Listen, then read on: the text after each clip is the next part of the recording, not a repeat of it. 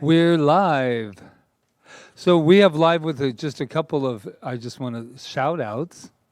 One is to Adara, who just had a birthday. Happy birthday, Adara. And then we have just a little celebration here. Then we have Janet, who today, she may seem like she's here, but she transported herself to Nepal today and did mime with all of these wonderful kids in another country on Zoom. Woo! It's outrageous. These kids, and then in between the mime, they're doing cartwheels by, and they're so excited about it. It's really, really, really exciting. Yeah. And if you think it doesn't get better, it's not all about me. This is the first of this. But we have our wonderful Rob Jones, whose piece of art at KSA down there was bought and picked by the state of Hawaii. And what is the title of it? Godzilla versus the COVID? No. Oh. King Kong.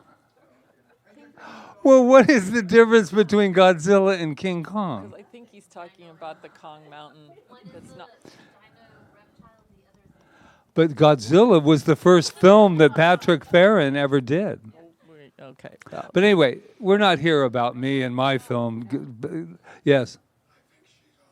Oh, hi, Beth is on? Hey, Beth. And Beth is in California. And anything else? Anything else exciting that we can announce for you? How about? All right. Do we have any announcements? Yes.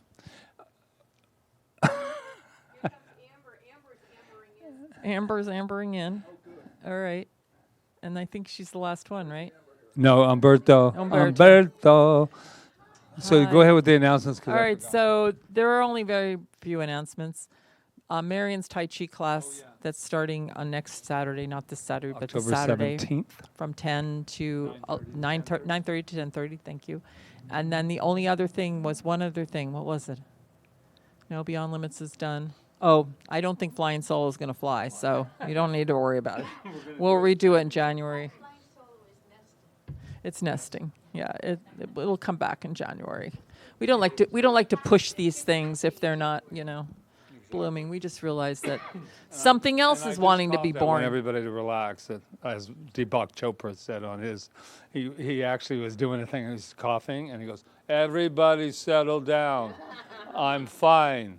He goes, I have a deviated septum, and that is why I am coughing. And he goes, and my nose is running because of that, but I am fine. So let's get on with what I You know how he's always, no matter excited or not, always the same.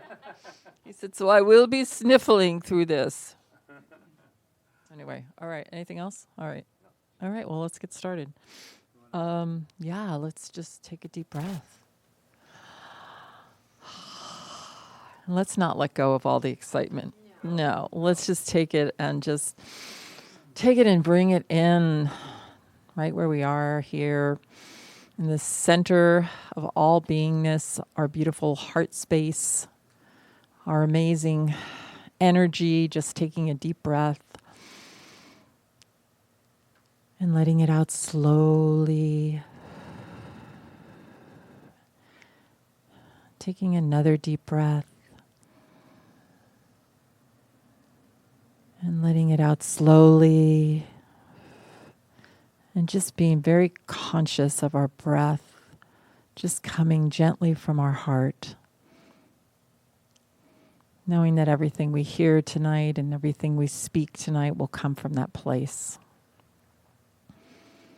So we center in our heart as I speak my word. And I know that there is one infinite intelligence, one infinite love, one infinite divine presence that is everywhere present in and through and as everything. We are that presence, that light, that love, that energy, that source. There is only oneness. We are the one, expressing uniquely as me, Rita, and as each person here, and beyond and beyond and beyond. We are all connected in this oneness. And so I know we bring this space of oneness, this space of heart, this space of love here tonight as we meet together to explore these principles of the science of mind and spirit, as we press ourselves to go beyond limits and let go of maybe what we have previously known as a limit, and allow ourselves to just encompass more tonight and expand more into the unlimited, knowing that it is all available for us right here and right now. So I expect and anticipate and know that tonight is a great night, and that it's filled with light and filled with great conversation and great knowing, and that everything that transpires here is transpiring for the highest good of each and every one of us. So I am grateful for this divine appointment, grateful for the perfect unfoldment of this time together, grateful for all these concepts, grateful for all the giving, all the sharing, all the receiving. As I just take this word I have spoken and I release it, I let it go and I let it be, as we affirm together. And so it is.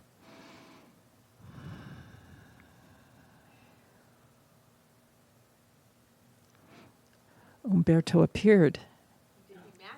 I didn't even hear him come in. He transported himself. I thought all of you appeared. Well, that's a good question. That's a very good question. Maybe we did. And It's maybe actually we very did. interesting. I was speaking with a young man, and he was speaking of a little bit of fear. He's going to travel. You know, it's the first time off the island, and he's going to travel during this. And he said, well, in November, and we were all talking about, I said, but here's the deal. If we pump up that frequency that's in us, then you will be invisible, just like in the Celestine prophecy, to anything that's opposite of that. And I could see his entire frequency of his body completely relax and say, I get it now. I can, because when we are vibrating at that frequency, we've done it before, that you're actually invisible to, you know, without the masks. We're invisible, and it's just a kind of a Celestine prophecy thing. But how true that is, because how could it vibrate towards us if we're not vibrating with the fear that's out there? So something to think about, as always. So we just did our short centering and our opening treatment. And so now what we want to know is how you did with principle 1, the oneness principle. Were you able to How did you work your week? apply it? How did you work it in your week? Did you have success with it? Did you have any discoveries with it? And the Did baton's already been passed. It's ready. I'm glad you all came. You know, it was an ongoing experience. It was a moment to moment thing. I became very aware of when it was there and when it wasn't there, and the revelations were very interesting when it was there, because it changed very dramatically my concept of situations and people. So, and it, you know, it was pretty interesting. I mean, it was I got to see nothing is quizzical any longer, because it's very clear where my mind is what I'm experiencing. So many things that, you know, used to kind of throw me a bit, I say, well, of course, no wonder. So it's a very very interesting tool. Great. That's good. You made a good point. It's constantly working with it, working with that energy, because we just don't go, oh, in my oneness, and then it, you know. Yeah, what you said, Umberto, triggered something for me. I'd had an intention to clear judgment out of my field for a couple of months, and I was having trouble judging my judging, because it was like a thing. And what I found was the biblical principle about that Adam and Eve fell out of paradise, or the heavenly state, by eating the fruit of the tree of good and evil. And so what I observed with oneness was the only way I could drop judgment was to lift myself into the field of oneness and to be connecting, whether it was something arising in me or something arising in an effect out here, not to let my attention go to the ego in me or the other person, but to keep my attention on the oneness that's behind through as everything. And when I found that I did that, I was able to be, I actually had a birthday conversation with my estranged brother. And the truth was, nothing was different on his side of the fence. In fact, he was bragging about being in the pokey for 3 days the week before because he'd punched somebody out in a bar. So it was, you know, he was in the same place. But I had the whole conversation with him through the field of oneness. And instead of him, and it was the same experience. You know, I gave him 10 words on my life, and the next 45 minutes were all about his, do you know? And he had no questions for me. But he wanted to stay on the phone with me because he was getting something out of the way that I was, the field I was holding him in. And he must have pushed 20 of the triggers that used to just piss me off, man. And I was in the field in myself, I was in the field with him, and it was like I was watching it, but there was nothing going in my body. There was no reaction. So that was like my, woohoo, man, woohoo. You know, so the aha I got from that was to, if I notice I'm judging, it's because I've dropped into local mind, right? I've dropped into judgment, and then the trick is That's the awesome. invitation to pull myself into another frame. That kind of answers the question you were asking before Which one? about, like, when we spot something in someone else, there's this thing, if you spot it, you got it. But that kind of answers it better, because it's not that you've got it, it's that you've not connected in the oneness. It doesn't mean that you can still have discernment about a conversation or whatever, but when you start your triggers start getting, you know, pushed, then there's something there that's like needing to be recognized in yourself, basically, that, you know, to let that trigger go. And right? Yeah. Does that make sense? Yeah, yeah. It was the question that I always ask when I've gotten.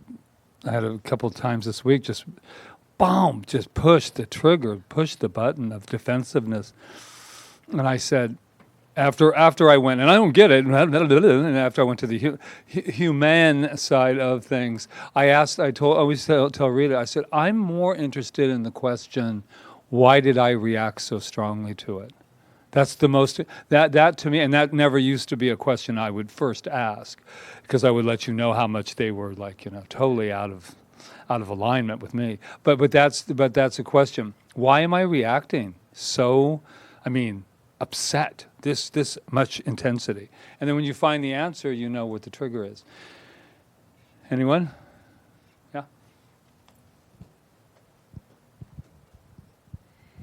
Well, the oneness is always a practice of two sides, the plus, the minus, the good, the evil, all those words that certainly are part of judgment and discrimination.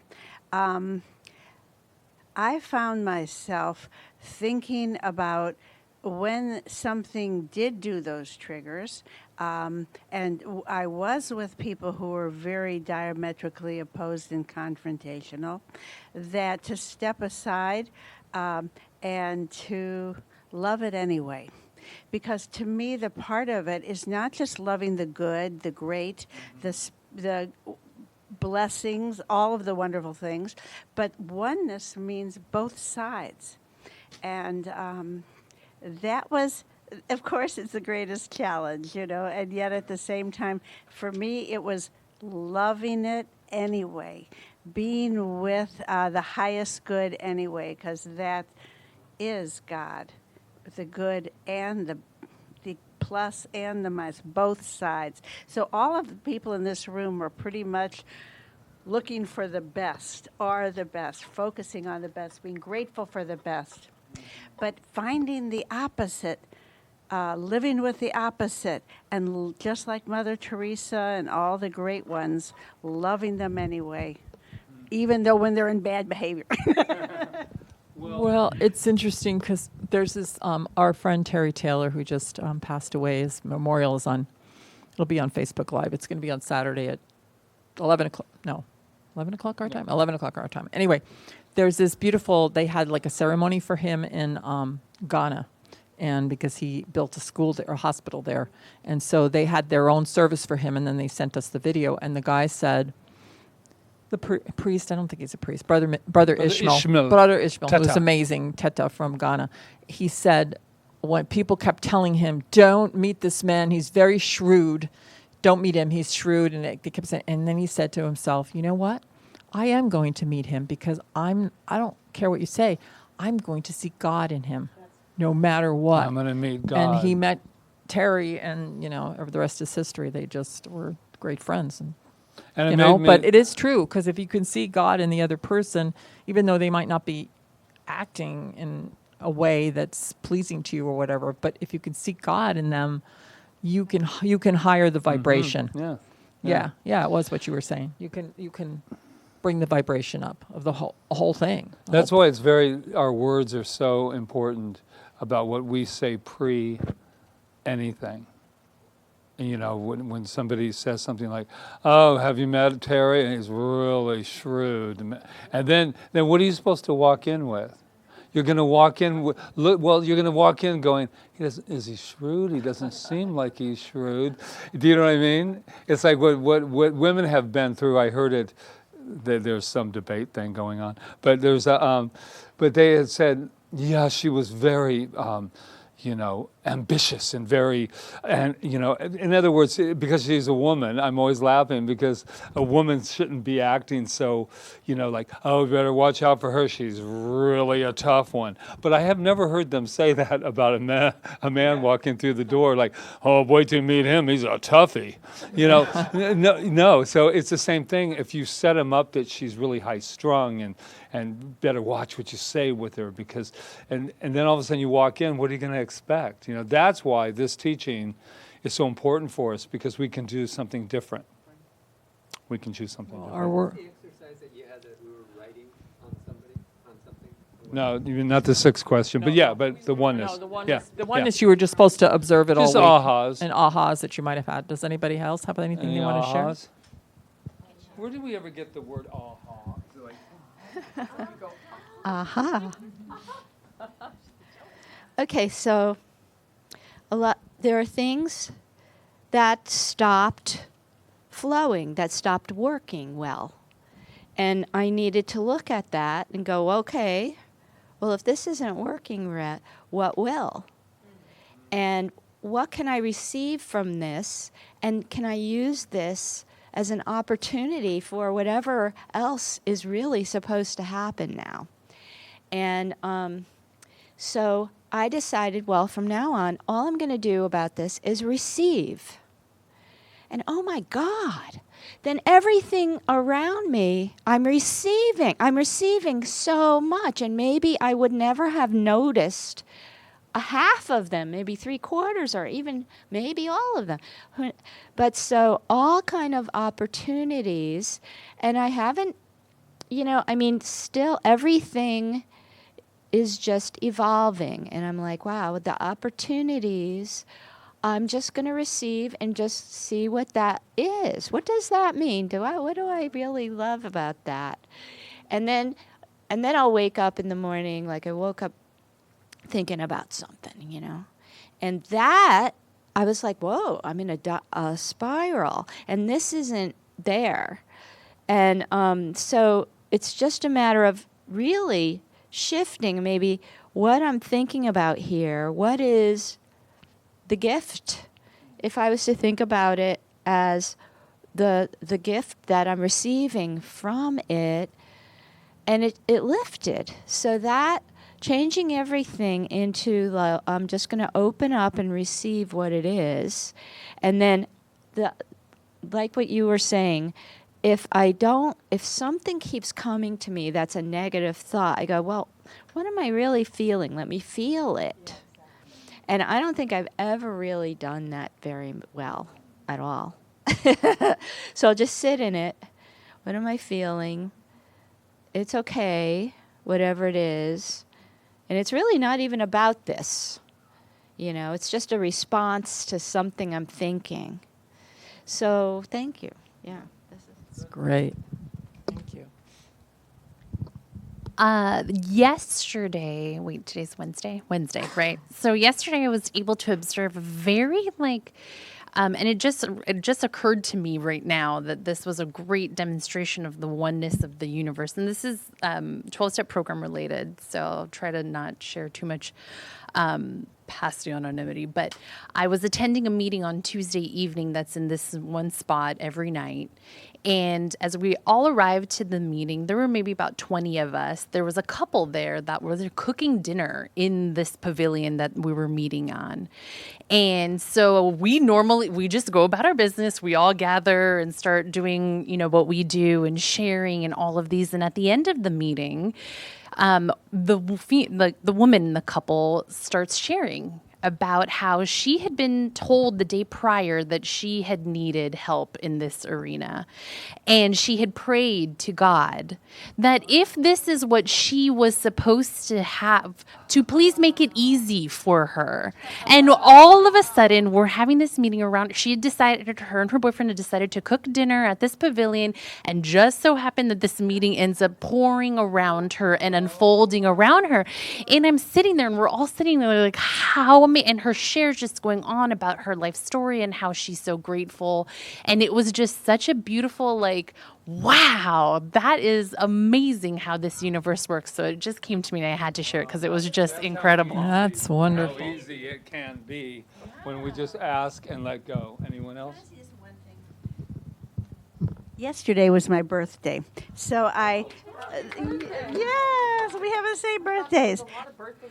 It was somebody else's birthday yesterday too. Anna Myers. Oh, really? You Really? three need Yeah, to I get know together Anna. next year. So anyway, what was interesting is normally on Tuesdays I play bridge with Lolita and Ruthie and Emma. So I had canceled. It was my birthday where my husband and I are going out for lunch. So where I chose to go to lunch was Kauai pasta. And who is waving at me from the window? Lolita. She loves Kauai pasta. So, I'm not supposed to be with certain people, and probably I'm not supposed to be here. But, I went, whoa. And so Lolita very sneakily paid for our lunch and, happy birthday. I dropped my husband at home. He was tired afterwards. And then I said, oh, I'm going to, and I went to I called Lolita. Well, should we play bridge? Okay, you better call Ruth, you better call Emma. So I'm on the phone in the car calling. I'm on my way this way, and I'm calling Ruth. I'm calling Emma, and sure, I'm coming, Ruth. Okay, I'll take me half an hour. And so I said, okay. I got to get lunch. I said, I'll pick you up lunch. Let's go. So we all met at Lolita's, and every time we meet at Lolita's, we get so much more than we give, but we're called the Giggle Bridge Group because the purpose of it isn't just to play bridge. The purpose of it is to laugh. That's and, great. Anyway, That's beautiful. That's the flow you're talking about. All right. Anyone else? No, we need to actually move on. Move I on? think. Okay. Yeah, that was beautiful. All of these are beautiful. All right. So we want to know if you had any questions from the reading at all. Was there No. anything you didn't understand? Some of Very you that are clear. newer to this. No questions from it. Good. It was pretty simple, I think. What Pretty I clear. also got a message, and I was thinking, I was just reading the practice in the presence. Oh my God, it's so great this week. There's another class that's happening. But it goes with the oneness as well, that says there is no disease and no health. Once we know that there's no health and no disease, then we're at one. Because you won't have any of that duality. We won't go, okay, now that's disease, that's health, that's this, that's happiness, that's sadness. And it was just great. So it made me think of that. But I also thought simplicity. Don't underestimate it. Because what does Ernest Holmes say? We make a riddle out of simplicity. And I went very elementary and very, I'm like, and I went, try to make a riddle out of it, because I know people that have spent most of their life wanting to make sure that it was deeper than they could even comprehend, so that they could feel like something was really happening. And sometimes life is just simple. Why not? Yes. Yeah. So, and then the other thing we want to know is, did you do the prayer in here? Did you pick a prayer? Oh yeah. And how did it go for you? Did you, like, if somebody wants to share one that they took, let's hear from everybody, but somebody maybe that hasn't said anything yet. Roberto, did you pick one? I did, yeah. I did the first and second one. Did you do the same prayer all week, or did you pick one every day, or? No, I just picked both of them on one day. Which one was it? It was I Speak My Word. What page? Page 2, and New Ideas and Creativity Are Mine.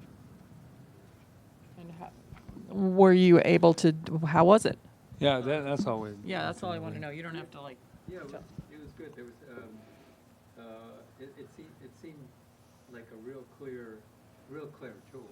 You know, it's like, oh, okay, this is all you need to do, and it actually clarified something. Oh, thank you. That I was. It did clarify something. I was having a real difficulty with somebody this week, and then I wrote a little about them from that perspective of having done that prayer, and it it showed me the paradox of it all, where That's great. neither one nor the other. Great. Bruce, you were about to say something? Okay. All right. I saw a little. I watch everything. Well, if you notice in our form of prayer, affirmative prayer, and these are even kind of more affirmations than total complete treatments are that they are, but just notice how it's always in the present tense and how you're stating what is, and you're not beseeching, and that you're saying you've already accomplished it, basically. So that's nothing's really going important to happen. because everything already is here. If we had to get something, we would never get it. It's like it's all already here. It's just a fact. Like it's like Ernest will say, like, the electricity was here when people were still lighting candles. I mean, the principle of electricity was still here, but we had to discover it in order to use it. Or, back in Moses' day, they could have had electricity if they had, or maybe there might have been cultures that did that we don't know about, like, that, but so it's here. And that's the whole premise of this teaching is it's already, that's why we say it's already done. So it's just changing our minds about it. And that's because there's no time or space, no time in the quantum field. We only slow it down so we can all be in this room. That's all that this is about. Or because there is no time or space, and we made it up. Well, we've made up a lot of things. Okay. So what about your meditations? Did anybody use meditation this week? Yes? No? You did? Did you find it helpful? Is this something new for you, Bruce, or? No, I've been meditating probably since April, since the COVID thing broke.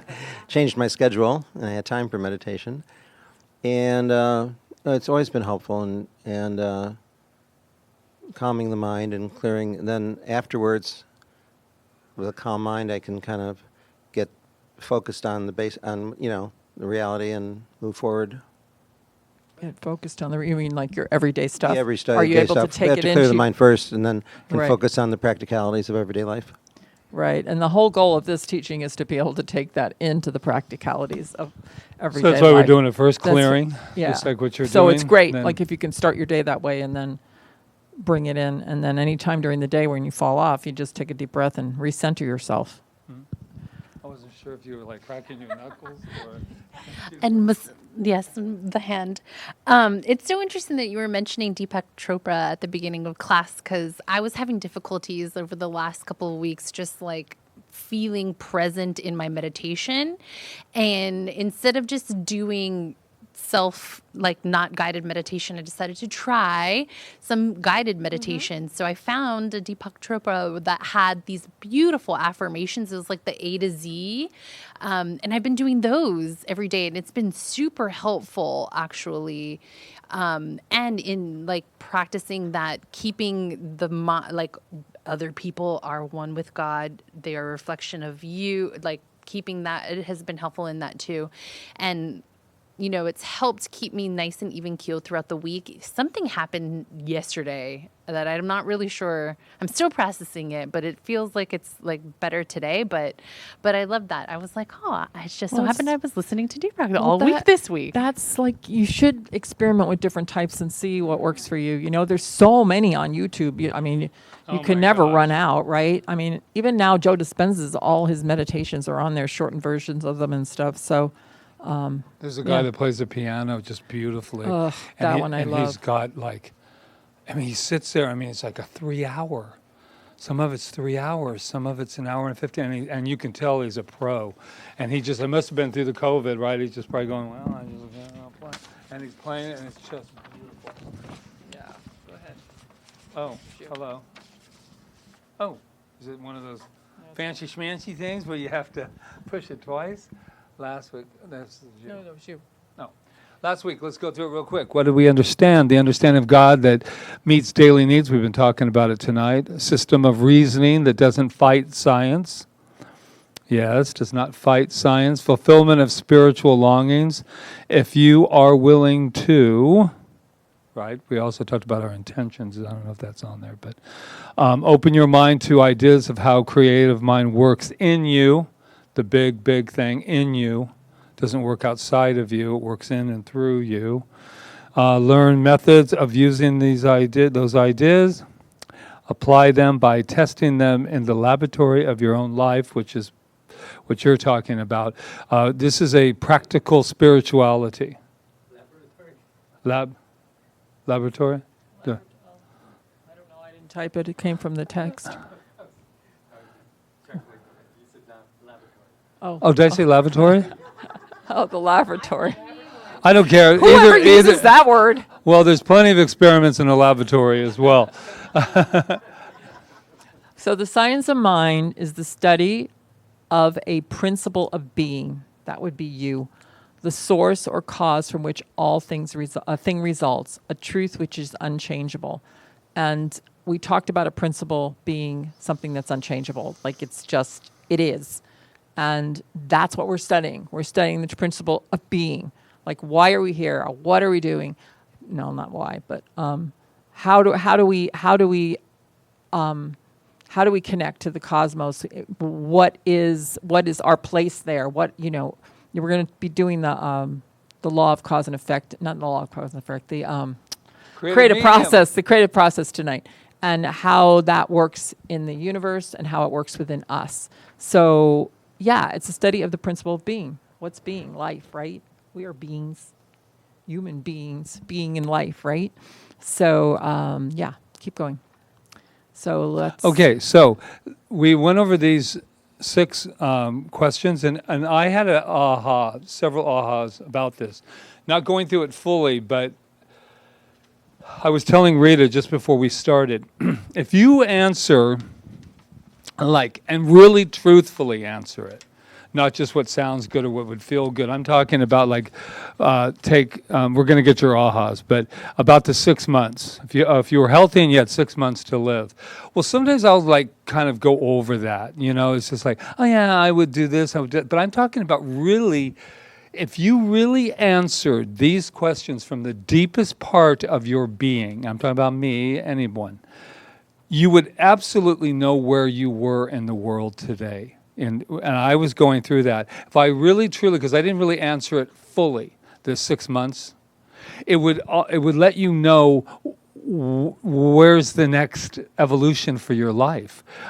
What are the 5 aspects of your life? What would you do if you won $1 million? And we think, well, that's been said in every workshop, but really what would you do would tell me who I am, because we're all so different. So I got excited because I thought, if you really answered, because I thought, these are kind of basic, I've done these since I was 20 in every workshop I thought, oh no, it tells a lot about you. It tells your entire blueprint of where you are today if you allowed it to be. So any ahas that occurred while looking at these beautiful questions?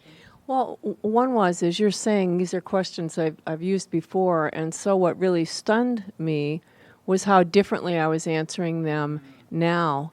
And some of the questions had become irrelevant to me because I've gotten to a place on my journey where the deep truth for me is it's about unfolding God consciousness, and the rest of it is, how do I say, I have preferences, but it's not, it pales. I don't know if that makes any sense. It pales to a second.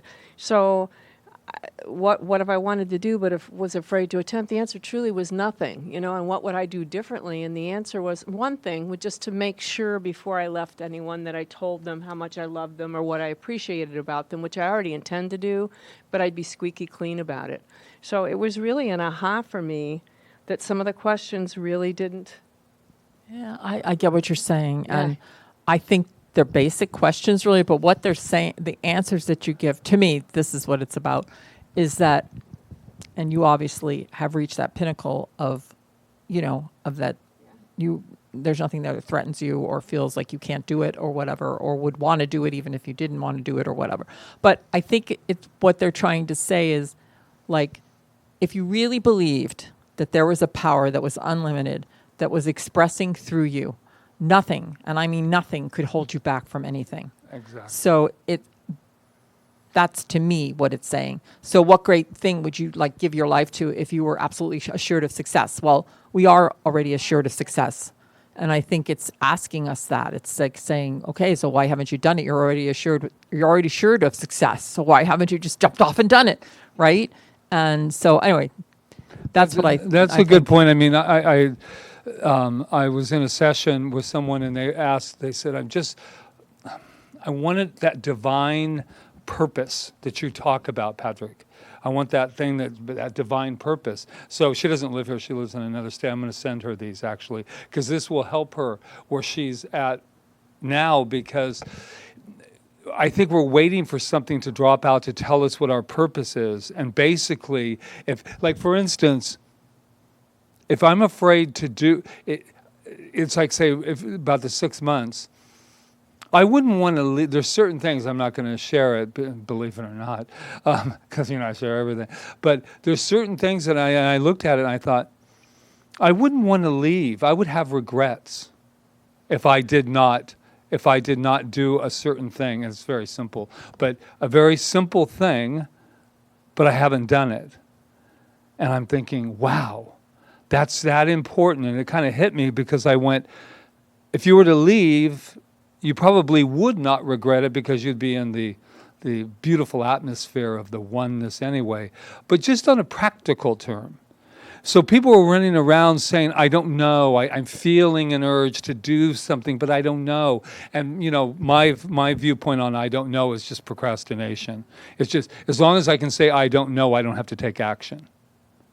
I don't know I've used it for years, it really works. But you do know.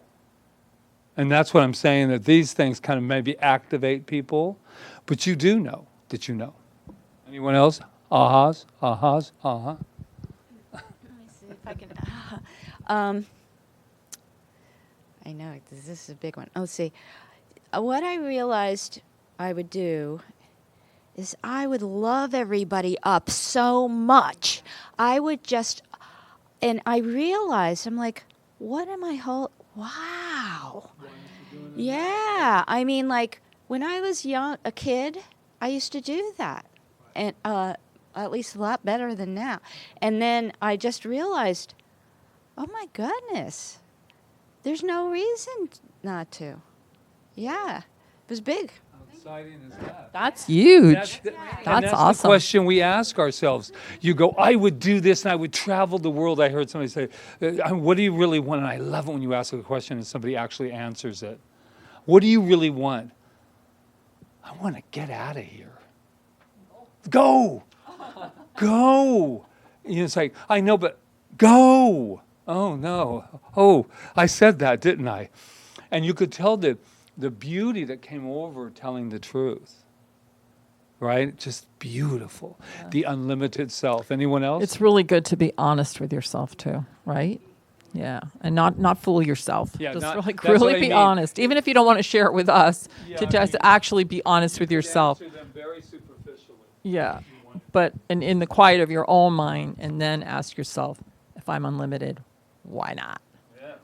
what's holding me back? Because the thing that's holding you back is a belief. That's all it is. It's a belief of some sort that's in there.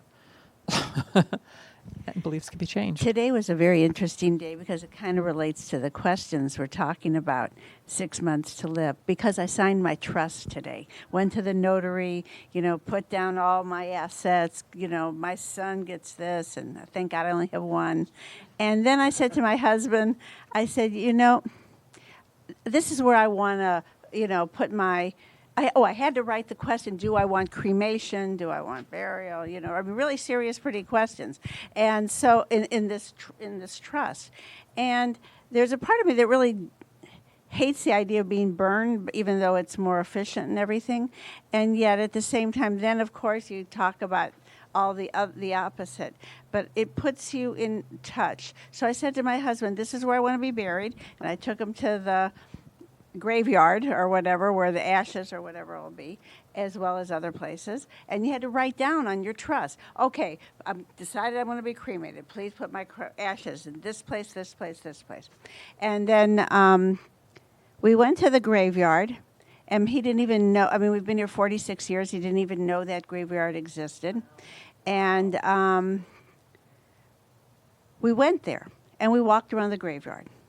And if anything puts you in touch of the fragile joy of and the wonderful joy of our life, is go to a graveyard and look out at this magnificent view, and you see all these people, in the earth, and who aren't here, and it was a very humbling experience. I think it was a very uniting experience for both of us. That's great. Beautiful.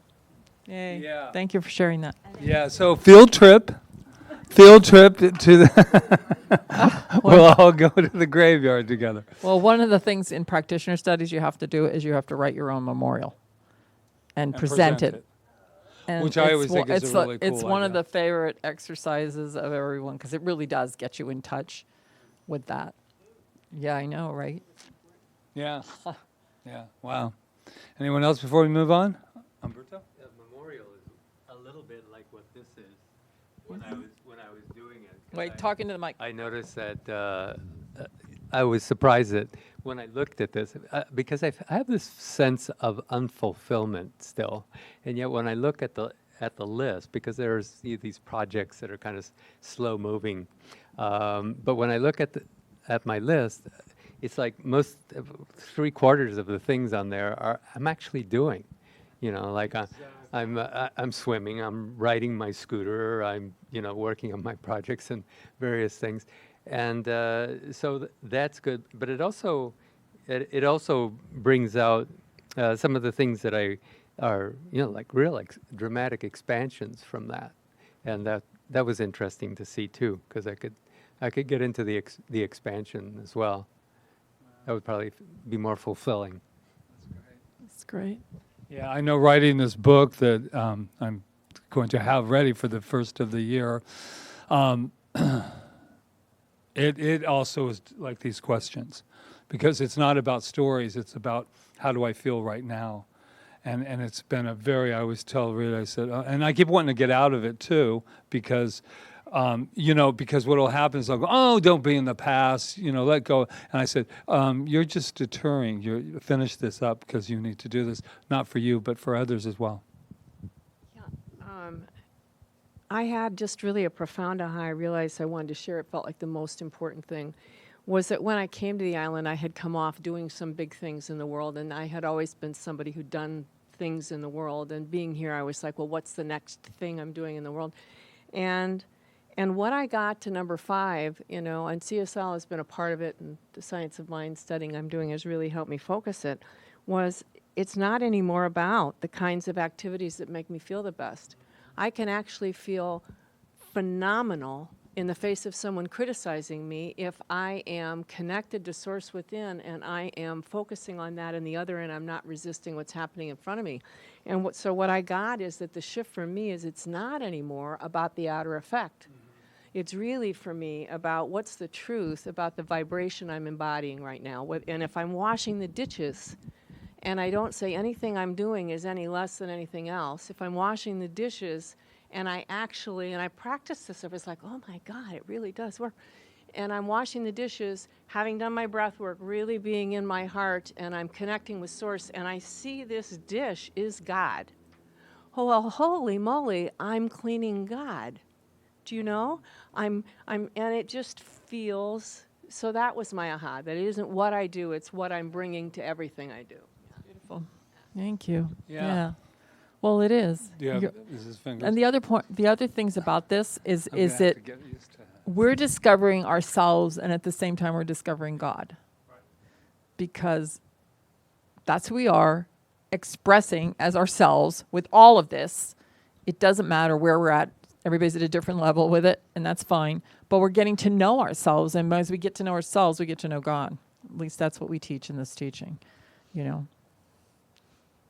Absolutely. No, I was just going to say that I really enjoyed the feeling that I was receiving when I was thinking about the things that these questions like were evoking. I was really, really pleased to see that I think I would have answered these questions dramatically different, like one, maybe even like 2 to 3 years ago.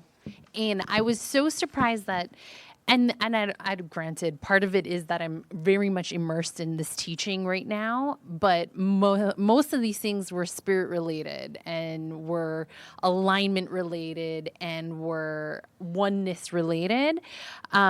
And I remember when I was answering number one, I was like, well, I guess I should say something about work because I guess that's important. But like, it's so interesting because that's not like I was so dramatically different. Work was my life, and accomplishments and success were very material. And going through this list, it felt so good that that's not really where my heart is anymore, and that my heart is more aligned with something that's not in control by outer things, which is really beautiful for me. It's awesome, Jamie. Yeah, I think that is one of the lessons. One of the funny ahas about the $1 million. I come from, read the book. No, I come from, you know, we were very, very classy as far as who we were, but our checkbook was very, very, very low. But what was so funny is when I read the question, what would you do if you had $1 million? I went, that's not very much. And I'm thinking to myself, oh my God, you have so expanded, Patrick. Because $1 million to you, you know, coming from that, you know, running something to the telephone bill at the last minute in the middle of the night so that it wouldn't go in that day, you know, it's that all of a sudden I go, yeah, $1 million. Well, house would probably be that much. Now, how am I going to go on vacation? I mean, it was great to have that little. I went, woohoo, expansion. Yeah. Anybody else? Do I have a clicker? I don't know. Did You I had take it. the clicker? Oh, there it is. Okay. I think it's you. Yeah. Okay, so principle number 2. Let me get it. I've got it for you all. All my papers here. Oh, sorry, Beth. You'll Here, get are yours you passing this via out? Because email. I could do that. Yeah, there should be enough for you to have one too. So tonight we will be talking about the creative process. And this is the principle that basically says it all, that there's a causative power in the universe, and the word or the thought of God eternally initiates the divine creative process. And when we're talking about the word, we're not like just saying a word, we're talking about like a contemplation of spirit upon itself. Like if you contemplate lack, that's your word. If you contemplate abundance, that's your word, and that's what you're projecting out into the universe. That's how it works, right? So in the process, law is continuously set in motion to create from the unformed substance innumerable forms which follow the thought patterns of spirit. So this is what happens. This is how the universe is created, was a self-contemplation of spirit upon itself. And numerous forms came to be. Planets and stars, and you know, we don't really know how it all happened. I mean, we say we do. I don't know. I'm not into the black holes and all of that much. But we know that there was some force of some sort that thought upon itself. That's what we're saying, and that something happened because of that, and then it continued to evolve. But we were there at the very beginning. And Patrick always says that I was there at the very beginning, because if we're part of that, we didn't just appear, we were part of that consciousness that split off into all these different innumerable forms. And that's the creative process, right? So it works that way in the universal, and it works that way in the individual. So since the human spirit is one with the universal spirit, and the human subjective merges with the universal subjective, the subjective being like the subconscious, the soul of the universe, all human thought is creative and reenacts in microcosm the divine creative process. So I like to explain it this way. So there's spirit, and then the way that it works, right? So we are everything, but our individualization, Janet, me, Patrick, all of us individualize that, but we individualize it according to how much of it we embody. It's all there, like that. It's like a hologram. It's all, the wholeness is in everything. In a blade of grass, the wholeness is all there, and a blade of grass expresses as a blade of grass, right? But and then for us, it's everything. We're all of it, and what we do with, like how we use it, how we expand, embody it, is our individualization. That's why we can evolve, because we can continually grow more into it. We can't make it bigger. It's already big and amazing and glorious. But we can make ourselves, we can expand our consciousness into it. Does that make sense? Yeah. So this is the principle that we're going to work with this week. And look for it in different things, and we'll do more of that later. But it's just, you plant a tomato, you get a tomato. You don't get a carrot, It's all the creative process, and it all starts with some invisible cause. Anyway, does anybody have questions about it? Do you understand what I'm saying? Yeah. Go.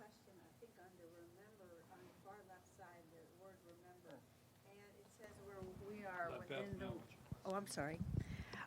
Remember is on the I see it. left Third side paragraph down of the line. And it said all three of these modes of being, spirit, law, and form, so are within the one. God moving within itself to bring forth form, which is one of the three aspects of God. But the word I guess I was a bit, was new to me, was law. Yeah. And so spirit, of course, we understand. Form, we understand, physical. And law, law is a finite truth. Well, not necessarily. No, law is a principle. Law is a principle. Okay, I'll explain it. Law is what we would call like the law of cause and effect. Okay, there is a creative medium that when we press our thought upon it, it creates whatever that thought is. What? Step back. I'm sorry. I keep doing that to Adar. I keep going here. I keep talking in the middle. I move a lot when I talk. So it's the creative medium. It's like we believe that there's something, we call it the field maybe, or there's something, an energy field, and we're energy, and when we project a certain energy into that energy field, it has to create it. And it's impersonal. It doesn't really care who's doing it. So that's what we consider law. And it's law. It's irrevocable. It does it. It's impersonal. It's going to do it. But then we also know that we can change whatever that is in any moment. Like we can change the trend of causation in any moment we decide to do. So if we start the trend going in a direction, we can say, no, you know what? We don't like what's showing up right now. So we're going to step back to first cause, and we're going to think differently about it. We're going to put something different into it. So it's just the way that the spirit works. It works through law. And law is impersonal, and spirit has volition and choice. And we call it love and law. We're going to go into it more in a little bit. Yeah, but we're definitely. does that make sense? Yeah. So, but we will more when we go into the creative medium. Yeah. And we call it other things too. And one of the exercises you're going to do is to look for all the ways that you can call it. The subconscious is also law, because our life is run by our and subconscious. The subjective field. Subjective field. The we law call it is that. in there. Yeah. I always consider it the gift that was given to us. Because the gift, what I mean by that is that the best way for me to always remember it is that it always says yes. And that's the gift. Because what it assures us and guarantees us is that when life is going down a road that we think is just haphazard, or some people live in a random, think it's a random universe, we have a law of our being that's already installed that allows us to speak our word. That's what treatment, when we do in treatment, we're allowed to speak our word, and it is guaranteed yes. That's why that we say it's the good news and the not so good news, because we have what a lot of people don't like the word. I enjoy it, but it's called your faithful servant. And and the faithful servant says, I want to experience all the beauty I can in life. Yes, all the beauty that you could ever experience in life is yours, and it moves everything to make sure that you experience what you But believe. it's more than just wanting it. It's like you have to embody it. Right, well, that's what I mean. When we were doing the 40-day abundance program, for instance, right? All we did every morning was embody the idea that there was this divine activity within us that was supplying us, and we didn't need to go look for it. We just needed to trust the divine activity of the Spirit that provides everything for us when it just appears when we need it. And what we did in 40 days, and I know it happened for a lot of people, is we actually embodied it. We actually believed what we were saying to ourselves, because in reality, if we look at the scientific thing of it, we're rewiring our brain to just think a different way, to view, like we said at the beginning last week, we're just starting a new way to look at life, a new reality for ourselves. And the reality is that there's this causative power that when we use it, it has to move the way not the way we just tell it. That's why I don't like to say it's my word. If you don't believe in your word, or you don't believe that it's going to work, then it's not going to work. It'll appear to you as it's not working. But anyway, does that make any sense? Yeah, I know. A lot of people don't like it. Yeah. I had a huge aha on my birthday yesterday, which is, I'm 15, 20 years into my core prayer being, I want to let go of all the limited stuff and really be one with God. Nothing else is really that important to me. And I had an experience on my birthday that was not what I had consciously created for my birthday. And so I had a moment of taking a look at it. And when I worked on it today, the aha that I got is it's almost like back when I was in the corporate world, there'd be a ladder of abstraction, so we have multiple things we've sent our word out on. Okay, and the aha I got is that God's going to respond to my primary as my primary. So my primary is I want to face, feel, and let go anything that's limiting me from really being the oneness that I am. And that's exactly what happened yesterday. There was an event, and I went, oh, wait, it happened on my birthday because I've gotten so good at managing myself. I needed something like that in order for that to come up, in order for me to find it and then love it and let it go. And then that shifted everything for me, because I almost walked away from my birthday party, truth be told. I had packed, something had happened, doesn't matter what's the story, and I was hurt physically, and I walked away, and I was partway through Kaua'i, and then I heard turn around, and I came back. And when I got in the moment of really going, yeah, no, I'm not going to be present for something that doesn't feel right for me, and then I had done that, and then I went back into my creation, I walked back in, it was like a completely different place, and then I got the other part too, and today I spent time on the bump and saw that it was God responding to, what's the word I'm looking for, you guys? Like The prevalent thought? Like my number one priority, what would you call it? My number one priority is I want to clear anything that limits or separates me. That's why we say not all thoughts manifest, but the ones we dwell on, or that were in the back of your subconscious, that was what you had put motion. You had motioned that into law. And even though you were saying, I want to have a wonderful birthday, that was more of a top priority for her. So... Yep. And you had a wonderful birthday anyway.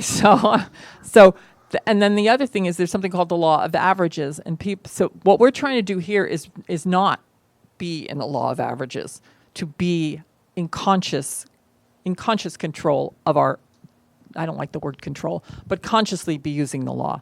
Because when we don't consciously use it, then we're subject to the law of averages, which it says so many people are going to get this, and so many are going to be in this, and so many, because we've allowed ourselves to just be part of the law of averages. And most of the world operates in the law of averages. And we're doing a if you- lot if of you law think of about it. averages these days. And so You know? so what does that mean? That you deny, go away? No. It means that there's a law of my being that has to demand from itself that if I say that nothing can touch me that is opposite of my well-being and my health, it's great to talk that way. But you have to really allow it to be that no matter what is being told. And fear will come in and you'll hear a report and you'll go, oh, shit. Oh, man, maybe I'm not right. Oh, wait. You go right back into treatment and you go back and you say, I remember who I am. But the law of averages is saying this. I know it's saying, and I'm sure that that's fine for the law of averages. But for me, I have a law of my being that responds exactly to what I believe. Exactly. And moves it forward. And then it appears and you go, what the hell's that? You go like that, and then you go, it's the answer. Back off, Jack. Law's going through, and so don't let that, all that stuff that's looking like it's not working, take you off your stuff. You go, wow, I'm real definite about this. So that mess must be a part of my answer.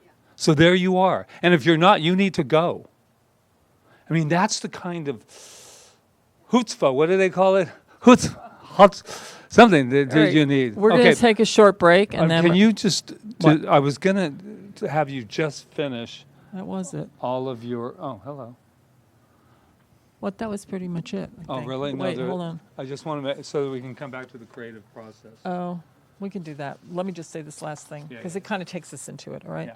And then we can go to the bathroom. There is a 5 science minutes. of mind and spirit because there is a principle of mind and spirit. So this is the principle that we're talking about. The creative process is the principle of the science of mind and spirit. It's the whole, actually the whole enchilada is this creative process.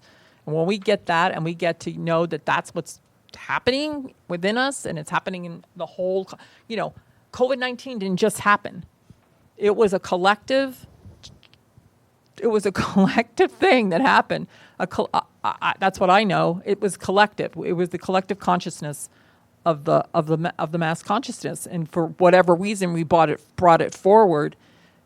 That's why I know there's good in it, because we brought it forward for a reason, and we're all finding out what those reasons are. And for me, one of the reasons we brought it forward is because we need to rely more on spirit. We need to rely more on our intuition. We need to rely more on what we know, not what everybody's screaming at us and telling us. That's great, and we can listen to whoever we want to listen to. But so I believe that everything is a choice, and we brought it. It might have been the law of averages. We brought it because we weren't really thinking of, of the consequences. But look at the little thing like tourists. We've been saying for how many years we don't want tourists on our 7 island. that I've been We got here, that's- exactly what we wanted. We don't tell the law how to do it. The law does it the quickest, easiest way it can. It doesn't say, you can't dictate to it the way you want it to happen. You only just keep focused on what it is you want and not what you don't want. So, to me, it's just it's so obvious. Well, this is a very obvious. Living here on this island. This is a perfect I was collective laughing conscious use of the law. because Enough I said, people felt that way. And we're pushing and the law of it in. averages came through, and when you say that, people are like, "Well, I don't really know," because they don't want to. Because one of my first talks I did here was, I think I named it tourist, and because I kept going, why is everybody bitching about the tourists here, and it was just, and then as the years went on that I was here, it got more like, and I said, Get rid of 'em! I said, oh, it's ugly, it's ugly, and it was an all or nothing instead of having this beautiful balance of this. I just read a bumper sticker. Don't get me started. I just read a bumper sticker that said, "This is my home that you're vacationing in. Go home." And I saw the bumper sticker and I thought, you want to know what really went on inside of me? That's what I felt. You don't own any of it. You don't own this island. You don't even own your home. I mean, you have a good example today. You were walking around a cemetery. We don't own anything. We don't own anything, guys. Anyway, we own our okay. intuition. We own our spirit. We own, that's what this is all telling us. You trust your intuition, because if you turn on the news to get your answers, you're going to be scared to confused. death. Scared confusing. to death. It's too confusing. Because you're like, I don't know. And then finally, I just loved somebody said the other day, they said, we don't really know, do we? And I go, no. No, actually, you don't. You don't know. The only thing that you do know is that we have intuition.